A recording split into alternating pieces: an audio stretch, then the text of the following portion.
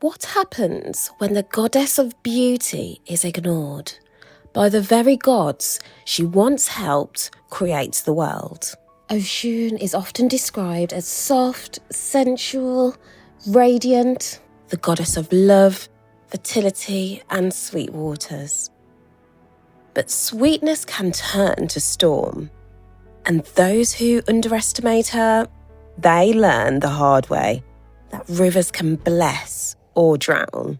Long ago in Yoruba mythology, the supreme god Olodumare sent 17 Orishas, divine spirits, to create the world. 16 of them were male, and only one was female. That one was Oshun, but the male Orishas didn't want her involved. They shut her out of their divine plans. They were convinced they didn't need feminine energy to shape creation. So she just watched, waited, and then she withdrew. Without Oshun, nothing flourished. The earth remained barren, lifeless, and crops wouldn't even grow. The rivers stopped flowing. Even the sun seemed dull without her light. And eventually, the other Orishas had absolutely no choice but to humble themselves and beg for her return. When she accepted, creation resumed. It was lush, abundant and alive. This myth says so much, not just about divinity, but about how the world needs the feminine. It needs emotion, intuition and beauty. Without it, nothing thrives. Oshun's energy is often sweet, like the honey she's offered in rituals. She's the goddess of fresh water, fertility and sensuality, and even music. Her symbols are soft and golden. Mirrors, sunflowers, cinnamon, rivers that flow gently over skin. But don't let the sweetness fool you. Oshun has a temper. They say that when she's dishonoured, her rivers flood, or worse, they dry up completely, withholding life itself. She's as powerful in her silence as in her song. Her duality feels so human, the way that love and rage can live in the same body. How someone can be both healer and hurricane. Among the many stories of Oshun, one stands out. Her passionate love affair with Shango, the Orisha of thunder and lightning. Their connection was very explosive. Shango was fire, war, and masculine might. Oshun, in contrast, was water, pleasure, and emotional depth. But the two were drawn to each other like opposites in orbit. Some say she was the only one who could soften his fury. And others whisper that he feared her because she saw straight through him. And their relationship was not peaceful, but it was powerful.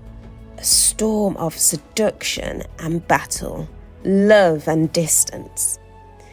Even now, people honour them together. They represent balance, where divine feminine and masculine don't cancel each other out. They challenge one another to grow. There's a very powerful legend where the male Orishas once again tried to plan the fate of the world without her.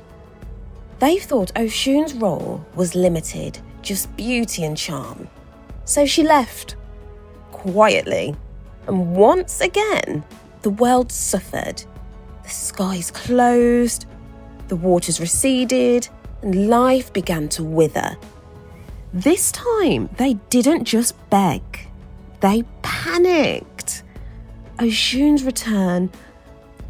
returned only when they finally understood that creation cannot exist without emotion.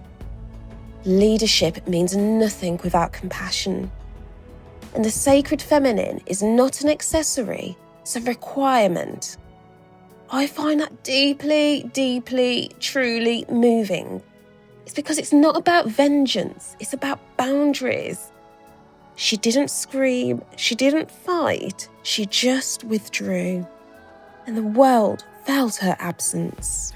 Oshun is still worshipped across the world in various traditions. Her rituals have survived centuries, oceans, and even oppression. She's called upon for love, beauty, healing, and fertility. And people leave her offerings of honey, oranges, cinnamon sticks, and golden jewellery near rivers. They sing to her, dance for her, bathe in sweet waters to connect with her essence. And one thing that stands out in her rituals is the importance of sincerity.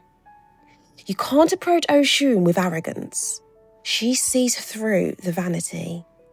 You have to come with your heart in your hands. Even as I researched this, I felt that she represents something many of us are craving. A return to softness, to sweetness.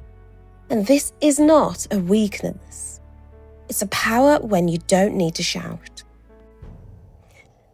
When enslaved Africans were brought across the Atlantic, they weren't allowed to worship their deities openly. So they adapted.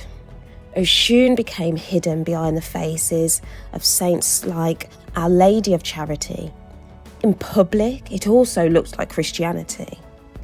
In private, her name was still whispered by candlelight. This spiritual camouflage, called syncretism, helped her to survive.